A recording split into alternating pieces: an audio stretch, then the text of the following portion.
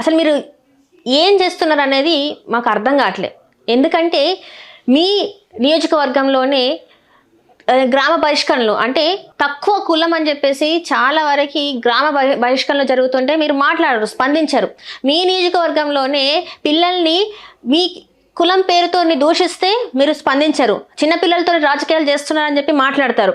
ఇట్లా అనేక సమస్యలు ఉన్నాయి. అండ్ మీరు ప్రచారం చేసినప్పుడు, మీరు ఎప్పుడైతే అధికారంలోకి రావడానికి ప్రజల మధ్యలోకి వెళ్ళి ప్రచారం చేసినప్పుడు ఏమని చెప్పిండ్రు సార్? మీరు మా అందరికీ ఆంధ్ర ప్రజలకి ఏమని హామీ ఇచ్చిండ్రు? మీరు ఆడపిల్లల మీద చెయ్యాలంటే ఆ ఆలోచన రావాలంటేనే భయపడాలి, అట్లానే ఉంటుందని మాట్లాడినరు. కానీ ఈరోజు చూసుకున్నట్టయితే మీ ఎమ్మెల్యేలే ఎట్లా పడితే అట్లా అసలు వాళ్ళు చేసే పనులకి అసలు అర్థం పర్థం లేకుండా అయిపోతుంది. అధికారం చేతిలో ఉందని చెప్పి వాళ్ళకి ఇంకా వాళ్ళని అడ్డుకట్ట వేసే వాళ్ళు ఎవరు లేరని చెప్పేసి వాళ్ళకి ఇష్టం ఉన్నట్టు చేస్తున్నారు.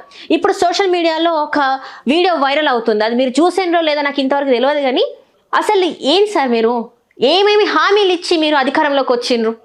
ఆడపిల్ల మీద చెయ్యేస్తే అసలు ఆలోచనకి రావాలంటేనే ఒక్కొక్కరి పరిస్థితి ఘోరంగా ఉంటుందని చెప్పి ఈరోజు ఆడపిల్లలకి మీరు రక్షణ ఎక్కడిస్తారు? 30,000 మంది ఆడవాళ్ళు అదృశ్యం అయిపోయినరు అని చెప్పేసి మాట్లాడినరు. దాని నమ్మే కదా ఈరోజు మీకు ఓట్లేసి మిమ్మల్ని గెలిపించుకున్నది. మరి ఈరోజు ఆడపిల్లలకి ఆంధ్రప్రదేశ్లో రక్షణ ఎక్కడ ఉన్నది చెప్పుండ్రి? ఉన్నదా? ఆడపిల్లలకు లేదు, ఉద్యోగస్తులకు లేదు, మహిళా ఉద్యోగస్తులకు లేదు, ఏం లేదు. ఇప్పుడు చూసుకున్నట్టయితే అరవ శ్రీధర్ మీ జనసేన ఎమ్మెల్యే ఒక ఉద్యోగిని, ఆమెకి పెళ్ళయింది, భర్త, ఒక 3 సంవత్సరాల పిల్లోడు కూడా ఉన్నాడు. ఆమె పైన కన్నేసి గత 7.5 కాలంగా ఆమె పైన అత్యాచారానికి పాల్పడుతున్నాడు.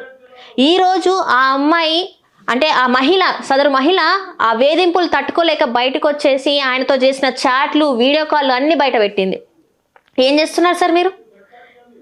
అసలు ఎట్లాంటి వాళ్ళని మేము ఎట్లా టాలరేట్ చేయాలి? ఏపీ సమస్యల మీద ఎట్లా మీరు స్పందించారు? ఏపీలో జరుగుతున్నది ఏ దానికి మీరు మాట్లాడరు, ఏం చేయరు. మీరు జస్ట్ ఏంటంటే ఉత్సవ విగ్రహం లాగా అయిపోయింది మీ పని. ఇంత ఘోరంగా జరుగుతుంటే మీ ఎమ్మెల్యేలు ఇట్లా మీ జనసేనలో అసలు ఎవరెవరు ఉన్నారు సార్? నాకు అర్థం కాదు. Jani master POCSO act, Srikalahasti incharge Vinutha Chandrababu దంపతుల ఆ హత్య కేసు, దీని మీదనైతే మీరు వినుత గురించి మాట్లాడలేదు, జానీ మాస్టర్ గురించి మాట్లాడలేదు. అసలు మీ పార్టీలో ఉన్న ఆడవాళ్ళకి రక్షణ లేమన్నారు. ఆమె కేసు కూడా, వినుత కేసు కూడా తెలిసిందే కదా. ఒక డ్రైవర్కి డబ్బులు ఇచ్చి ఆమె ప్రైవేట్ వీడియోలు తీసుకొని వేరే వాళ్ళకి ఇచ్చే ప్రయత్నంలో వాళ్ళు హత్య చేయాల్సి వచ్చింది. దానికి మీ దగ్గరకు వచ్చి, అంటే దానికన్నా ముందు వాళ్ళు హత్య చేయడానికన్నా ముందు మీ దగ్గరకు వచ్చి చేస్తుంది మీ వ్యక్తిగతం అని చెప్పేసి మాట్లాడిన మీరు, అండ్ ఈ రోజు ఒక ఎమ్మెల్యే ఒక ఉద్యోగిని మీద 7.5 కాలంగా ఆమెని అత్యాచారం చేస్తుంటే ఆమెని బలవంతంగా లోపరుచుకోవాలని చూస్తుంటే మీరు ఏం చేస్తున్నారు సార్? మీరు స్పందించాలి కదా. అసలు మీరు గట్టిగా స్ట్రాంగ్గా ఒక సీరియస్ యాక్షన్స్ తీసుకుంటేనే కదా వీళ్ళందరూ కరెక్ట్గా ఉండేది. మిమ్మల్ని నమ్మి మీకు ఓటేస్తే మీరు ఏం చేస్తున్నారు? 21కి 21 సీట్స్, 100కి 100% స్ట్రైక్ రేట్ అన్నారు కదా. సీట్లు వస్తేనే సరిపోదు కదా. మన నియోజకవర్గంలో ఎవరెవరికి ఏ ప్రాబ్లమ్స్ ఉన్నాయి, అసలు ఎవరెవరు ఎట్లా చేస్తారు, అసలు మన ఎమ్మెల్యేల పనితీరు ఎట్లున్నారని కూడా చూసుకోవాలి కదా. ఈ శ్రీధర్ అనే వ్యక్తి ఒక మహిళా ఉద్యోగిని మీద ఇట్లా చేస్తున్నారంటే మీరు ఏం యాక్షన్ తీసుకుంటారు? ఈరోజు నేను సస్పెండ్ చేస్తారా? మీ పార్టీలకి వెళ్ళి తీసేస్తారా? ఎమ్మెల్యే పదవికి రాజీనామా చేయమని అడుగుతారా? ఏమడుగుతారు? ఆయన పెళ్ళైన ఆడోళ్ళ మీద కన్నేసుడైంది నాకు అర్థం కాదు. పెళ్ళైన ఆడోళ్ళతో ఏం పని? అదొక కుటుంబం, ఒక పచ్చని కుటుంబాన్ని అయితే మీరు నాశనం చేసినట్టే కదా. ఈ రోజు మీ ఎమ్మెల్యే అరవ శ్రీధర్ ఎవరైతే ఉన్నారో జనసేన ఎమ్మెల్యే, ఆయన భాగోతం ఇప్పుడు సోషల్ మీడియాలో మొత్తం వైరల్ అవుతుంది. మరి వైరల్ అవుతున్నదా మీ వరకు వచ్చిందో లేదో ఇంతవరకు మాకు తెలియదు. మీరు వచ్చింది రాకపోయిందని కాదు, మీరు ఖచ్చితంగా ఇప్పుడు దీని మీద స్పందించాల్సిందే. ప్రతి ఒక్కటి మీరు మాట్లాడతారు కదా. మీకు ఏ సమస్యలు ఉన్నాయి మీరు మొన్ననే అన్ని మాట్లాడినారు కదా. నేను వీళ్ళ ఫాలోవర్ని వాళ్ళ ఫాలోవర్ని అని చెప్పిండ్రు కదా. మీరు ఏ ఫాలోవర్లో మాకు తెలియదు సార్. మాకు మాత్రం న్యాయం జరగాలి.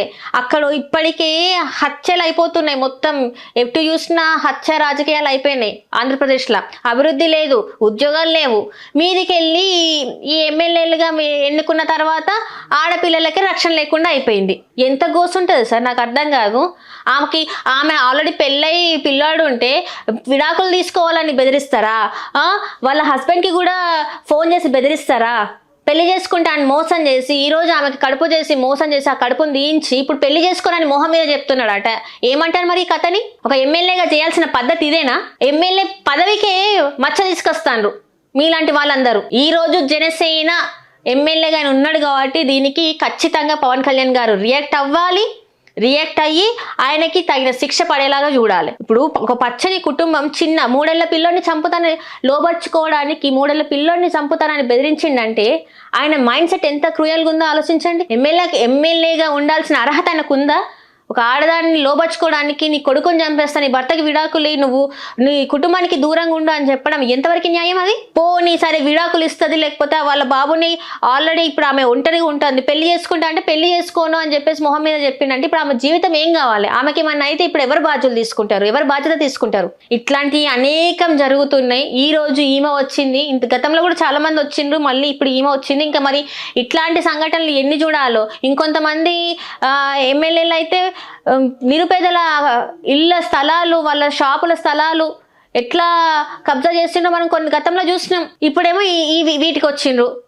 అసలు ఏ పార్టీ అయినా, ఒక జనసేననే కాదు, ఏ పార్టీ ఎమ్మెల్యేనైనా కూడా ఆ నియోజకవర్గంలో మిమ్మల్ని ఎంచుకున్నారంటే మీరు ఏదో మంచి పనులు చేస్తారని, ఇట్లాంటి కీచక పర్వాలకు దిగుతారని కాదు, ఇట్లాంటి నీచమైన పనులు చేస్తారని కాదు. ఎమ్మెల్యేకి ఒక బాధ్యత ఉంటుంది. ఆ బాధ్యతను తీసుకొని అక్కడ ఉన్న ప్రజలకి ఏమన్నా వాళ్ళ సమస్యలు ఉంటే తీర్చండి అట్లీస్ట్. లేకపోతే మీరు ఖాళీగానే కూర్చోండి. అంతేగాని ఇట్లాంటి నీచమైన పనులకి దిగజారి అటు వాళ్ళ పరువు ఇటు మీ పరువు తీసుకోకండి. ఇప్పుడు మీ ఇద్దరి అంటే ఆడపిల్ల ఎట్లా అన్యాయం అయిపోయింది, ఇప్పుడు మీకు మీ కుటుంబంలో తలెత్తుకోలేని పరిస్థితి, కుటుంబంలోనే కాదు ఇప్పుడు సమాజంలోనే మీకు తలెత్తుకోలేని పరిస్థితికి తెచ్చుకున్నారు కదా.